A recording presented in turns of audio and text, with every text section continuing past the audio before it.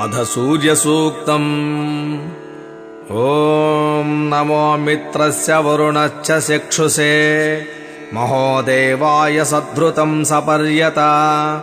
दूरे दृशे देव जायत केतवे दिवस्पुत्राय सूर्याय संशत सा मा सत्योक्तिः परिपातु विश्वतो द्यावा च यत्र ततननानि च विश्वमन्ययन विशते यदे जति विश्वामापो विश्वाहोदेति सूर्यः निते अदेवः प्रदिवो निवासते यदेतसोभिः परितैरधर्यसि प्राचीन्यमन्यदनुवर्तते रज उदन्येन ज्योतिषा यासि सूर्या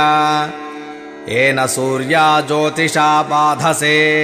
तमो गच्छ विश्वमुदीय श्रीभानुना तेनास्मद्विश्वा मुनिरामनाहुते मपामेवामपा दुष्स्वप्नसुवा विश्वस्य हि प्रेषितो रक्षसि व्रतमहेलयन्नुच्छरसि स्वधा अनु यदद्यत्वा शूर्पा ब्रवामहे तं नो देवा अनुमंसैरतक्रतुम् तन्नो द्यावा पृथिवी तन्न आपः इन्द्रः शृण्वन्तु मरुतोऽहं वचः मासूने भामा सूर्यस्य संदृशि भद्रम् जीवन्तो जरणामसीमहि विश्वाहा त्वा सुमनसः सुचक्षुषः प्रजावन्तो अनमेव अनागसः उद्यन्तं त्वा मित्रमहो दिवे दिवे जोग्जीवाः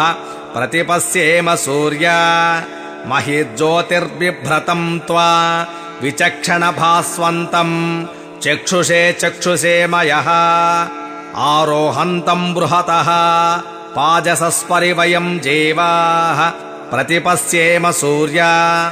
यस्य ते विश्वा भुवनानि केतुवा प्रचेरते निच विशन्ते अक्तुभिः अनगास्त्वेन हरिकेश सूर्याह्नाह्नानो नस्य सावस्य सोदिः स्यन्नो भव चक्षुषा स्यं नो हनास्यं भानुना स्यं हिमास्यं धृषेण यथा समसद्वश्चन्दुषे दूरोषे तत्सूर्यद्रविणं देहि चित्रम् ॐ शान्तिः शान्तिः शान्तिः।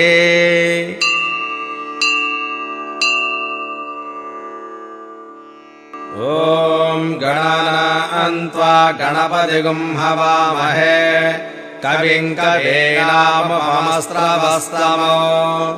ज्येष्ठराजं ब्रह्मणां ब्रह्मणस्पत आनशृण्वन्नोतिभिः सेदसादनो श्रीमहागणाधिपतये नमः। अध सूर्योपनिषत्। ॐ भद्रं कर्णेभिः शृणुयाम देवाः भद्रं पश्येमाक्षभिर्यजत्राः स्थिरैरङ्गैः स्वस्तवागंसस्तनूभिः व्यसेम देवहितं यदायुः स्वस्ति न इन्द्रो वृत्रस्रवाः स्वस्ति नः पूषा विश्ववेदाः स्वस्ति नस्तार्क्ष्यो अरिष्टनेमिः स्वस्ति नो बृहस्पतिर्ददातु ॐ शान्तिः शान्तिः शान्तिः। ॐ अध सूर्य अधर्वाङ्गिरसं व्याख्यास्यामः ब्रह्मा ऋषिः गायत्रे छन्दः आदित्यो देवता हंसः सोऽहमग्निनारायणयुक्तं बीजं हृल्लेखा शक्तिः वियदाति सर्गसंयुक्तं कीलकं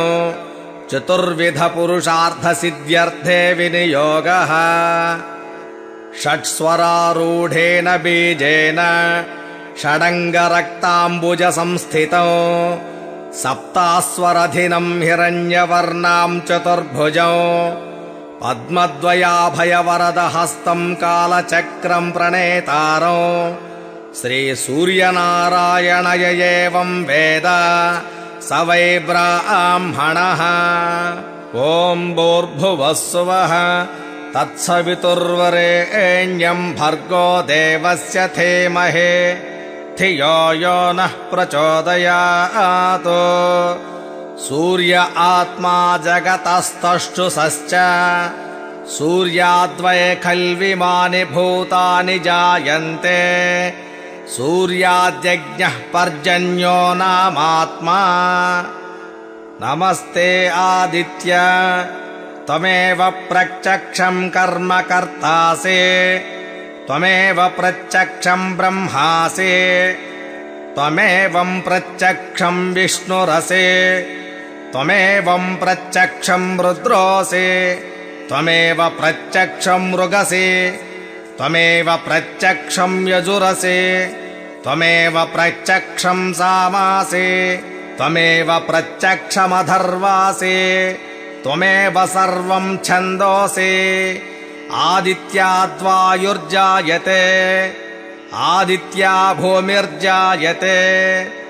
आदित्यादापो जायन्ते आदित्या ज्योतिर्जायते आदित्यात्व्योमदिशो जायन्ते आदित्याद्देवा जायन्ते आदित्याद्वेदा जायन्ते आदित्यो वा एष एतन्मण्डलं तपति असावादित्यो ब्रह्म आदित्योऽन्तःकरणमनो बुद्धिः चित्ताहङ्काराः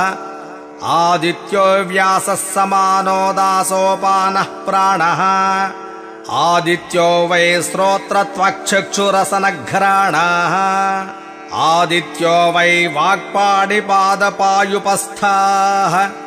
आदित्यो वै शब्दस्पर्शरूपरसगन्धाः आदित्यो वै वचनादानागमनविसर्गानन्दाः आनन्दमयो विज्ञानघन आदित्यः नमो मित्राय भानवे मृत्योर्मा पाहि भ्राजिष्णवे विश्वहेतवे नमः सूर्याद्भवन्ति भूतानि सूर्येण पालितानि तो सूर्ये लयं प्राप्नुवन्ति यः सूर्यः सोऽहमेव च चक्षुर्नो देवः सविता चक्षुर्नवुत पर्वतः चक्षुर्धाता दधातुनः आदित्याय विद्महे सहस्रकिरणाय धीमहि तन्नः सूर्यः प्रचोदयात् सविता पश्चाता सविता पुरस्ता सवितोत्तराता सविता धराता सविता नः सुमतो सविता नो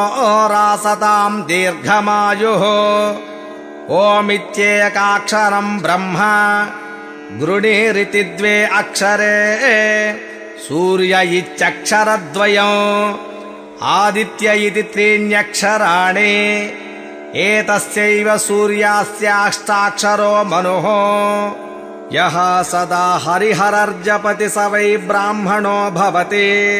स वै ब्राह्मणो भवति सूर्याभिमुखो जप्त्वा महाव्याधिभयात् प्रमुच्यते अलक्ष्मीर्नश्यति अभक्ष्य भक्षणात् पूतो भवति अगम्यगमनात् पूतो भवति पतितसम्भाषणात् पूतो भवति असत्सम्भाषणात् पूतो भवति मध्याह्ने सूर्याभिमुखः पठेत् सज्जोत्पन्न पञ्चमहामातकात् प्रमुच्यते सैषा सावित्रीं विद्यां न किञ्चिदपि न कस्मैचित् प्रशंसयेत् एतां महाभागः प्रातः पठति स भाग्यवान् जायते पशून् विन्दति वेदार्थं लभते त्रिकालमेतद्यप्त्वा क्रतुशतफलमाप्नोति अस्तादित्ये जपति स महामृत्युं तरति स महामृत्युं तरति य एवं वेद इत्युपनिषत्। ॐ शान्तिः शान्तिः शान्तिः।